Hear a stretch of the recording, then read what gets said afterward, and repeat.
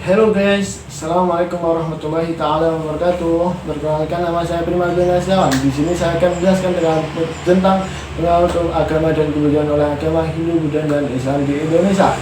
Nah, balik kata pepatah, tak kenal maka tak sayang. Nah, pertama-tama mari kenalkan diri saya. Nama saya yaitu Prima Dona Setiawan, biasa dipanggil dengan Prima ataupun Dona. Saya lahir di Trenggalek pada tanggal 5 April 2001. Hobi saya yaitu bermain bola basket dan bermain futsal. Nah, di sini saya menyebutkan akun Instagram saya yaitu @primadona4 supaya teman-teman dapat menyaksikan aktivitas saya sehari-hari. Nah, next kita masuk ke pengantar. Masuknya agama Hindu, Buddha dan Islam di Indonesia membawa dampak dari berbagai bidang kehidupan manusia di Indonesia, mulai dari aspek kesenian, ekonomi, kebudayaan, politik, dan keagamaan. Dengan itu, hal tersebut bisa ditandai dengan munculnya kerajaan-kerajaan yang bercorak Hindu, Buddha, dan Islam yang tersebar di seluruh Nusantara, yang kemudian kekuasaan kerajaan tersebut meluas hingga sampai ke luar negeri. Next, mengapa kita harus mempelajari tema tersebut? Nah, supaya mahasiswa mengetahui apa pengaruh agama kebudayaan Hindu, Buddha yang ada dan Islam yang ada di Indonesia, sehingga mereka tidak saling menyalahkan atau berpikiran negatif tentang kebudayaan yang ada di lingkungan mereka, sehingga mahasiswa dapat menghormati dan menghargai kebudayaan yang ada di lingkungan mereka. Nah, yang pertama itu kita masuk dalam teori masuknya agama Hindu di Indonesia. Nah, yang pertama dari Kram, yaitu ahli benar dengan cara dewasa, mengatakan bahwa masuknya pengaruh Hindu Buddha ke Indonesia melalui penyusupan dengan jalan damai oleh para golongan pedagang dewasa di India.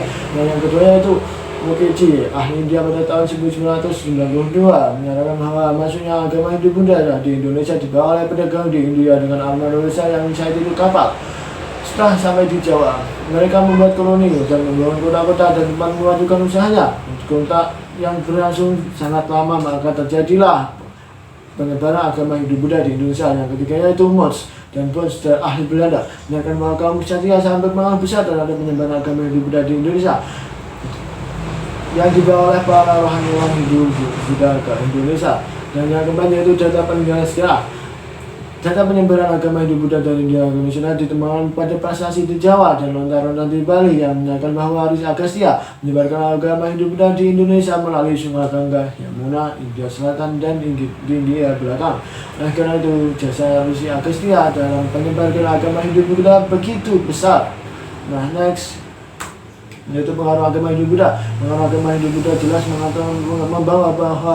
membawa pengaruh besar di Indonesia. Bisa kita lihat dengan bentuk bangunan yang masih ada dari zaman dulu Sila ataupun candi-candi yang ada di Indonesia. Percampuran kebudayaan ini dapat kita lihat dengan seni bangunan di Indonesia yang unik, kesastraan, bahasa, dan juga tulisan, pecahan filsafat dan pemerintahan. Pengaruh kebudayaan Hindu dan Buddha. Nah, yang pertama yaitu pengaruh dari segi bangunannya, yang kita lihat dari gambar sebelah kiri yaitu bangunan candi yang ada di Jawa Timur. Candi yang ada itu berbentuk lebih ramping dari candi yang berada di Jawa Tengah.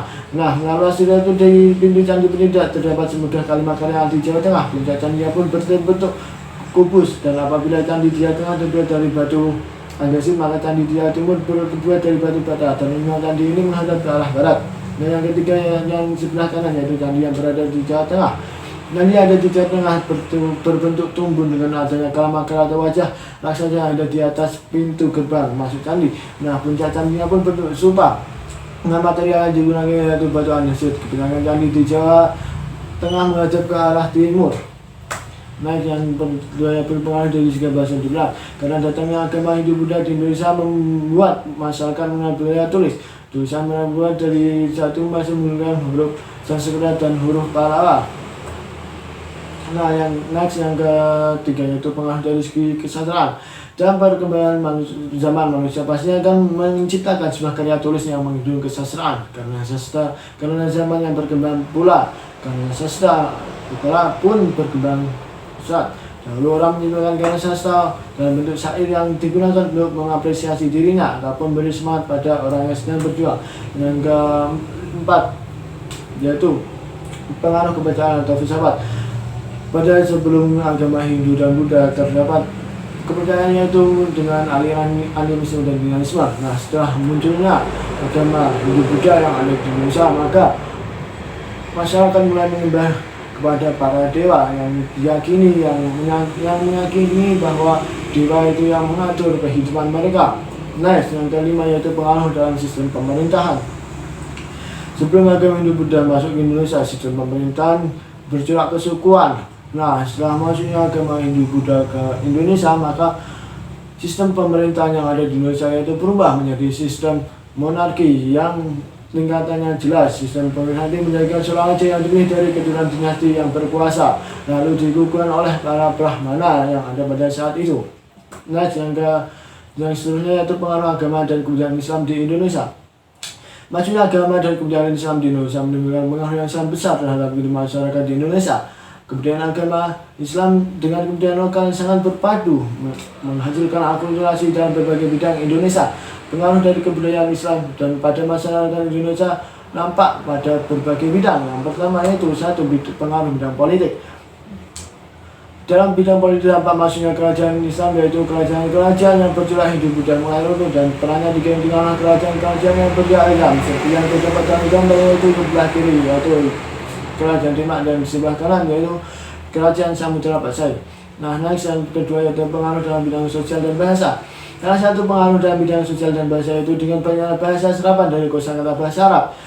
Seperti dalam penanggalan yaitu pada penanggalan hari yang pertama yaitu Minggu diubah menjadi Ahad, yang kedua Senin menjadi Isnin, dua Selasa, tiga Ubah, empat Kamis, Jumat dan Sabat. Nah, diganti menjadi bahasa Indonesia yang sekilas mirip dengan bahasa Arab. Next yang keempat, pengaruh dalam bidang pendidikan. Salah satu pengaruh dalam bidang pendidikan yaitu dalam munculnya pondok pesantren di permulaan masuknya agama Islam di Indonesia. Dalam pendidikan agama di awalnya dilaksanakan di masjid, surau ataupun musola. Perjalanan yang diberikan yaitu tentang keimanan, membaca Al-Quran, tata cara dan wilayah dan akhlak. Nah, seiring berjalan waktu muncullah pondok pesantren. Pesantren merupakan asrama tradisional tempat untuk pendidikan Islam. Saat tinggal bersama untuk belajar ilmu agama yang di bawah bimbingan oleh guru ataupun syekh yang diajarkan dalam ilmu agama sesuai dengan syariat-syariat Islam yang berlaku. Nah, yang selanjutnya next yaitu pengaruh dalam bidang keagamaan. Contoh pengaruh dalam bidang keagamaan yaitu pembacaan surah Yasin dan tahlil di setiap malam Jumat. Sejak masuknya agama Islam di Indonesia, sebagian besar masyarakat di Indonesia menganut agama Islam.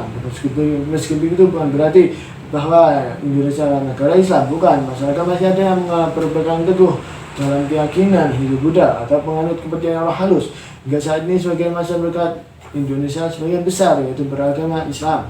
Nah, yang terakhir yaitu pengaruh dalam bidang kebudayaan. Pengaruh dari segi kebudayaan banyak kebiasaan juga dan juga adat istiadat yang berkembang dari kebudayaan Islam seperti ucapan adat, acara adat keagamaan, mendak, syukuran, akikah dan lain sebagainya. Dalam kebidang kesenian yaitu banyak kita temui seni musik seperti qasidah, marawis, rebana, salat dan berjanji. Juga terdapat pengaruh terhadap seni arsitektur rumah peribadatan masjid di Indonesia yang banyak dibangun oleh arsitektur masjid yang ada di wilayah Timur Tengah, dan juga kaligrafi yang mulai berkembang di Indonesia.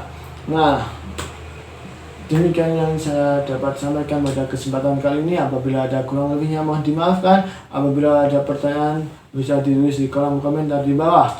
Nah, demikian dari saya. Wassalamualaikum warahmatullahi taala wabarakatuh.